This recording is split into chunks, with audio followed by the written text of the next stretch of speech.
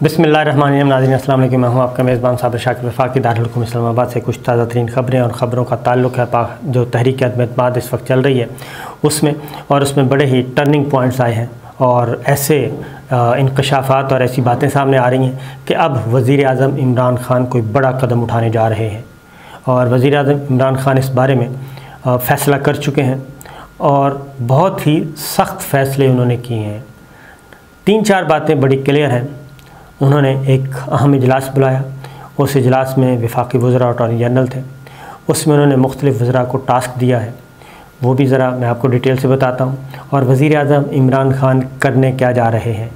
आम तौर पे तो यही था कि अब चूँकि OIC की तैयारी हो चुकी है शुरू और 23 मार्च को यौम पाकिस्तान परेड है, एक इंटरनेशनल इवेंट पाकिस्तान में होने जा रहा है, लेकिन अचानक कल जो है ऐसे वाक़यात रूनुमा हुए कि शिद्दत आ गई और ऐसे लगा कोई भूचाल आने वाला है। डिटेल्स मैं आपको बता देता हूँ। जो अपोजिशन जमातें हैं वो हर सूरत में इस तहरीक अदम एतमाद को कामयाब करना चाहती हैं और नंबर्स गेम वो पूरे कर चुकी हैं। नंबर्स गेम पहले तो शक शुबा था और एक दरमियान में मखमसे में थे, लेकिन कल जो कुछ हुआ उससे हर चीज़ ज़ाहिर हो गई। पिछली वीडियो में मैंने बताया था कि वज़ीर आज़म इमरान ख़ान को डिटेल्स बता दी गई हैं, सारी डिटेल्स A to Z के क्या हो रहा है, कौन कौन से मेंबर्स क्या कर रहे हैं, किस किस के साथ राब्ते में हैं, हॉर्स ट्रेडिंग हो रही है, पैसा चल रहा है, ये सारी चीज़ें एक मुफस्सल रिपोर्ट दे दी गई। अभी ये रिपोर्ट वज़ीर आज़म हाउस में अभी सोच विचार ही हो रहा था कि अचानक वो मुनहरिफ अरकान जो कि पाकिस्तान तहरीक इंसाफ के थे वो मंज़र-ए-आम पे आ गए और मंज़र-ए-आम पे ऐसे आए कि सिंध हाउस में क़याम पज़ीर हैं ये सब। वज़ीर आज़म ने कल इसका ज़िक्र किया था भरे जलसे में, तो हर टीवी से एक एक एंकर को ले जाया गया और उनके इंटरव्यूज़ करवाए गए और उनसे गुफ्तगू करवाई गई।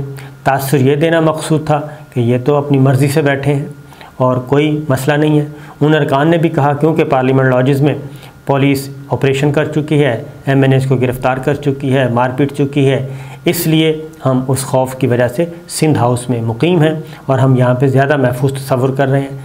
उसमें तकरीबन 12 MNAs जो हैं वो मंज़र-ए-आम पे आए, 3 ख़वातीन MNA और 9 मेल जो थे वो आए। उनमें मोटे मोटे नाम जो थे वो नूर आलम ख़ान साहब हैं, राजा रियाज साहब हैं, बासित बुखारी हैं, गफ़ार भट्टू हैं, ये नाम रमेश कुमार हैं अक़लियती रुकन। और रमेश कुमार ने मज़ीद आगे कहा कि उन समेत 3 वज़ीर जो हैं वफाकी वो तहरीक इंसाफ छोड़ चुके हैं और तहरीक अदम एतमाद वाले दिन वो आएंगे सामने और वोट भी देंगे तहरीक अदम एतमाद के हक़ में और अपनी राय का इजहार करेंगे। रमेश कुमार साहब फरमा रहे थे कि जनाब वज़ीर आज़म इमरान ख़ान ने तो मुल्क को तबाही की तरफ ले गए, ये इस हद तक मामला। और राजा रियाज साहब वो कहते हैं कि हमें तो गिरफ़्तारी का ख़तरा है और मारपीट का ख़तरा है। ये इस तरफ कुछ अरकान कह रहे थे कि हमें कुछ मिला ही नहीं, 3.5 सालों में कोई तरक्याती बजट नहीं मिला। खैर जितने मुँह उतनी बातें, ये सब कुछ हो रहा था और ये सारे मंज़र पूरी कौम देख रही थी। अब वज़ीर आज़म इमरान ख़ान को जो रिपोर्ट पेश की गई है उस पर एक्ट क्यों नहीं हो रहा, क्यों डिले किया जा रहा है, ये एक मुहिम्मा है और इसको समझना चाहिए। और वफाकी वज़रा जो कल तक वज़ीर आज़म इमरान ख़ान को बहुत अच्छे की रिपोर्ट कर रहे थे वो सारे के सारे सामने आ गए। अब ये जो कल की सूरत हाल सामने आई तो उसके बाद अंदाज़ा हुआ कि अपोजिशन जो क्लेम कर रही थी वो बिल्कुल दुरुस्त था और वज़ीर आज़म इमरान ख़ान को अंधेरे में रखा हुआ था और बताया जा रहा था कि कोई मसला नहीं है, ये सब कुछ ठीक हो जाएगा, लेकिन ऐसा नहीं है। अपोजिशन पहले दिन से क्लेम कर रही थी कि उनके नंबर्स पूरे हैं और फिर मौलाना फजलुर रहमान ने इंटरव्यू में कहा 190 नंबर है हमारे पास, शाहिद खाकान अब्बासी ने कहा हमारे पास 190 नंबर है, परवेज़ इलाही साहब ने कहा कि 172, 180 नहीं, वो कहते हैं सोच से ज़्यादा बहुत सारे लोग हैं, ये उन्होंने कहा। और फिर उन्होंने ये भी बताया कि 12 से 14 अरकान जो है 12 अरकान वो अपोजिशन की कस्टडी में है जिन्होंने तहरीक अदम एतमाद के हक़ में वोट देना है। ये सारी गुफ्तगू अभी हो ही रही थी कि उनकी तस्दीक हो गई। 163 अरकान है अपोजिशन के सारे मिला के। अब उसमें वो 200 या 190 कैसे पूरे करेंगे, उसका आसान सा तरीका है कि फिर एक और बात भी उन्होंने की थी कि हमें जो इत्तेहादी जमातें हैं उनके बगैर भी हमारे नंबर पूरे हैं। 163 में 12 ऐड करें तो 175 बन जाते हैं। तो कल उन्होंने अपने 12 आदमी शो कर दिए कि ये हैं 175। और इसी के साथ अब इसमें अगर इत्तेहादी जमातों के 17 वोट, MQM, BAP और पाकिस्तान मुस्लिम लीग का, अगर इन 3 जमातों के 17 वोट ऐड कर लें तो वो 192 हो जाते हैं। तो इसका मतलब है कि नंबर्स गेम पहले दिन से ही पूरी थी और ये लेके आगे बढ़ रहे थे। अब बात यह है कि तहरीक-ए-अदम-ए-इत्तेमाद आती है, ये एक आइनी हक़ है, आर्टिकल 95 है, जिसमें दर्ज है कि अगर हाउस के अक्सरियत का एतमाद हासिल ना रहे तो वज़ीर आज़म के ख़िलाफ़ तहरीक-ए-अदम-ए-इत्तेमाद लाई जा सकती है, प्रेसिडेंट के ख़िलाफ़ तहरीक-ए-मुआख़ज़ा लाई जा सकती है, वज़राए आला के ख़िलाफ़ भी, speaker, deputy speaker, chairman senate, deputy chairman senate, ये सब एक तरीक़ाकार मौजूद है। इख्तलाफ इस बात पे नहीं है। इख्तलाफ ये है कि एक आर्टिकल अगर 95 है जिसमें तहरीक-ए-अदम-ए-इत्तेमाद लाने का लिखा हुआ है, तो फिर एक आर्टिकल 63 भी है जिसमें फ्लोर क्रॉसिंग की इजाज़त नहीं है, पार्टी पॉलिसी को फॉलो करना है। तो अब ये जो ख़रीदो फ़रोख्त हो रही है, ये जो फ्लोर क्रॉसिंग, बेशक इसमें ख़रीदो फ़रोख्त के बग़ैर हो रही है, लेकिन वफ़ादारियाँ तब्दील हो रही हैं। इन वफ़ादारियों को तब्दील करने से रोकने के लिए मुल्क का वज़ीर आज़म बिल्कुल बेबस है। वो अभी सोचता ही है, वो और उनकी टीम, कि हम इस सिलसिले में इलेक्शन कमीशन ऑफ पाकिस्तान से रजू करेंगे और इलेक्शन कमीशन ऑफ पाकिस्तान से कहेंगे कि ये फ्लोर क्रॉसिंग रोके।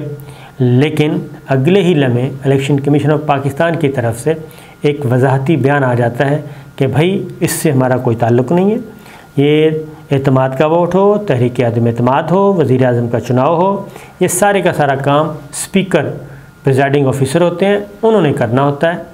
ये जब जुर्म हो जाएगा, जब स्पीकर हमें डिक्लेयर करेंगे कि ये फ़लाँ लोग हैं, इन्होंने फ्लोर क्रॉस किया है, उसके बाद इलेक्शन कमीशन का काम शुरू होगा। अब यहाँ तक भी नहीं है। अब मसला ये है कि इन तमाम अरकान का राब्ता नहीं है, PTI के इन तमाम मुनहरिफ अरकान का पार्टी से राब्ता नहीं है, उनको कायल नहीं किया जा सकता, उनसे मुलाकात नहीं हो सकती। अब अगला ये काम हो गया है और ये सारा काम किया है सिंध गवर्नमेंट ने, पीपल्स पार्टी ने, और सिंध हाउस में उनको ला के रख दिया। दरवाज़े बंद कर दिए गए हैं और ताले हैं और वहाँ पे सिंध पुलिस है और उनकी सिक्योरिटी है। अब अगर वहाँ पे वफाकी हुकूमत हल्ला बोलती है तो, या वफाकी पुलिस बोलती है, तो लड़ाई होगी, तसादम होगा।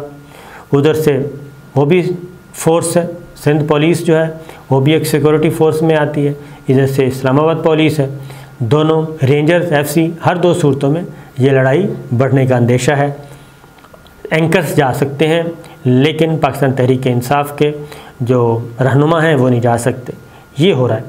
अब दूसरी जानिब हुकूमत का भी ज़रा देख लें, कुछ वज़रा का भी, उन्होंने भी ये काम ख़राब करने में बड़ा, उसमें भी वो कहना पूरा हिस्सा डाला है।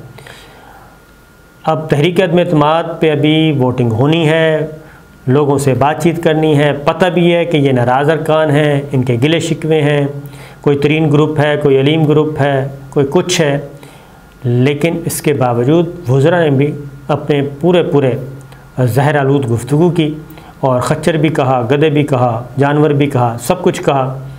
और उल्टा वज़ीर आज़म ने भी कोई बात करने के लिए, वो भी, उन्होंने भी हामी नहीं भरी, उन्होंने भी अपना लबो लहजा सख्त रखा। लेकिन कल उनके रवैयों में ज़रा थोड़ी सी नरमी आई थी कि मुनारिफ अरकान खुलकर सामने आ गए। अब वो अरकान भी यही कहते हैं कि जनाब हम तो इज़्ज़त बचा के यहाँ बैठे हैं और हमें तो ज़िंदगी का खौफ है, हमें तो गिरफ़्तारी का खौफ है, हमें मारपीट करने का खौफ है, ये सब कुछ हो रहा है। और फिर एक नवाब वसीर ने कहा हमें खच्चर भी कहें, गधे भी कहें, तो हमने वोट क्यों देना। तो ये एक ग्रेट गेम चल रही है। इस ग्रेट गेम में सिंध हाउस सामने है, पीपल्स पार्टी की गवर्नमेंट। तो कल फिर इसका बंदोबस्त करने के बारे में जब सारी सिचुएशन हुई तो वज़ीर आज़म इमरान खान ने बुलाया, स्पीकर कौमी असम्बली को भी बुलाया, लॉ मिनिस्टर, अटॉर्नी जनरल और दीगर आइनी माहिरीन, बाबर अवान, वज़ीर दाखिला शेख रशीद साहब, वफाकी वज़ीर इत्तलात फवाद चौधरी साहब, शाह महमूद कुरैशी साहब, परवेज़ खटक साहब, इन सबको। तो उसमें शेख रशीद साहब ने एक बात की आइन और कानून के तहत। उन्होंने कहा जी एक चीज़ सामने आ चुकी है और वो ये है कि पीपल्स पार्टी की हुकूमत है, सूबाई हुकूमत है और वो मुकम्मल तौर पे अपना नाजायज़ इस्तेमाल कर रही है अपने इख्तियार का। तो अब बेहतर है कि वक्त आ गया है कि गवर्नर राज लगा दिया जाए और सिंध में गवर्नर राज लगाएं, गवर्नमेंट ख़त्म करें पीपल्स पार्टी की, वहाँ पे गवर्नर को इख्तियारात दें और गवर्नर को जब इख्तियारात हो जाएंगे तो सिंध हाउस जो है वो भी ऑटोमेटिकली गवर्नर सिंध के कंट्रोल में चला जाएगा और उसके बाद सिंध पुलिस भी गवर्नर के कंट्रोल में चली जाएगी। अहकामात बड़े क्लियर हो जाएंगे सिंध हाउस में। फिर उसके बाद ऑपरेशन किया जाए और ये जितने भी MNAs बैठे हैं मुनहरिफ अरकान फ्लोर क्रॉसिंग वाले, इनको उठाएं और उनको लेके आएं अपनी पार्लिमानी पार्टी के इजलास में और इनसे पूछें अब बताएं जनाब आपका मसला क्या है। तो जब ये तजवीज़ दी जा रही थी तो वज़ीर आज़म इमरान ख़ान ने शेख रशीद साहब की इस तजवीज़ को खुश आइंद कहा और उस पर नेगेटिव कोई रिमार्क्स नहीं दिए, बल्कि उन्होंने कहा कि बिल्कुल ऐसा हो सकता है। उसके बाद उन्होंने बाकी टीम से पूछा, उन्होंने भी अपनी अपनी राय दे दी, लेकिन कुछ वज़ीरों का ख़्याल था कि ये काम ना किया जाए। लेकिन उसके बाद शेख रशीद साहब जो हैं वो बाकायदा तौर पे उनकी वजारत है जी, वजारत दाखिला उनके पास है और वो अपनी वजारत के चीफ़ एग्जीक्यूटिव हैं और वो अब समरी मूव करेंगे सबूत के साथ कि ये सबूत है, ये कुछ हो रहा है, तहरीक अदम एतमाद का मामला है, तो इसमें ये गैर कानूनी इक़दामात किए जा रहे हैं, वफाक को चैलेंज किया जा रहा है। आर्टिकल 6 का जिक्र भी करेंगे, लॉ एंड ऑर्डर का भी जिक्र करेंगे, तसादुम का भी जिक्र करेंगे। तो उसमें ज़ाब्ते की कार्रवाइयाँ पूरी की जा रही है और ये मामला अब जा रहा है गवर्नर राज की तरफ। सिंध में गवर्नर राज, अगर सिंध में गवर्नर राज लग जाता है तो फिर सिंध पीपल्स पार्टी की गवर्नमेंट, वज़ीर आला सिंध जो है वो सस्पेंड हो जाएंगे, मुअत्तल हो जाएंगे।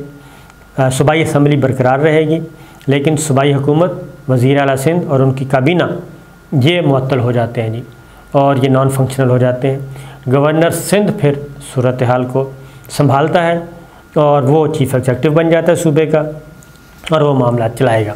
और मैंने जैसे कि बताया कि ये सारे काम इसलिए किए जा रहे हैं कि ये काम किया जाए। तो अब वज़ीर आज़म इमरान ख़ान ने जो 3-4 बातें दोबारा से उन्होंने दोहराई और वो कहते हैं कि मैं किसी भी इत्तेहादी जमात के साथ, MQM हो, पाकिस्तान मुस्लिम लीग काफ हो, बलूचिस्तान अवामी पार्टी हो, किसी जमात के साथ मैं सौदेबाजी नहीं करूँगा और वजारतों की बंदर बांट, ये मुतालबात वो मुतालबात, ऐसा कुछ नहीं होगा किसी के साथ। ये नहीं है कि जी इस वक्त हम ब्लैकमेल हों, जो अंडरस्टैंडिंग चल रही है उसी के तहत। दूसरा, किसी भी मुनहरिफ रुकन को हम वोट नहीं डालने देंगे और ये हम उससे पहले करेंगे।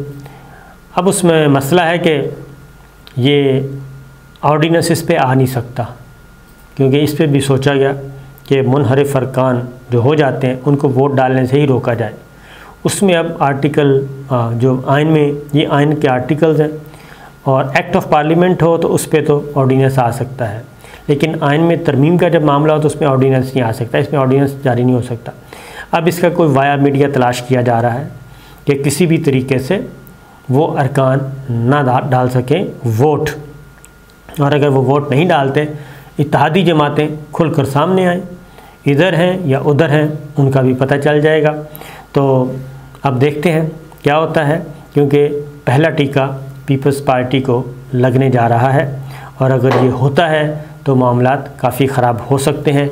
मोनस इलाही साहब लंदन पहुंच चुके हैं और उनकी मुलाकात है जहांगीर तरीन साहब से और नवाज़ शरीफ साहब से, और ज़्यादा इम्कान ये है कि वज़ारत आला पंजाब के लिए वो आशीर्वाद लेने गए हैं चौधरी परवेज़ इलाही साहब के लिए जहांगीर तरीन साहब से। और दूसरा ये कि जहांगीर तरीन साहब ने मैसेज कन्वे किया है अपनी पार्टी को कि जनाब तहरीके अदम एतमाद की हिमायत करनी है। तो आने वाले एक आध दिन में मज़ीद थोड़ा सा आएगा, तेज़ी आएगी, और अभी तक धुआंधार किस्म की चल रही है बयानबाजी, लेकिन वज़ीर आज़म इमरान ख़ान कुछ बड़ा करने के लिए तैयार है। इजाज़त दीजिए, अल्लाह हाफ़िज़।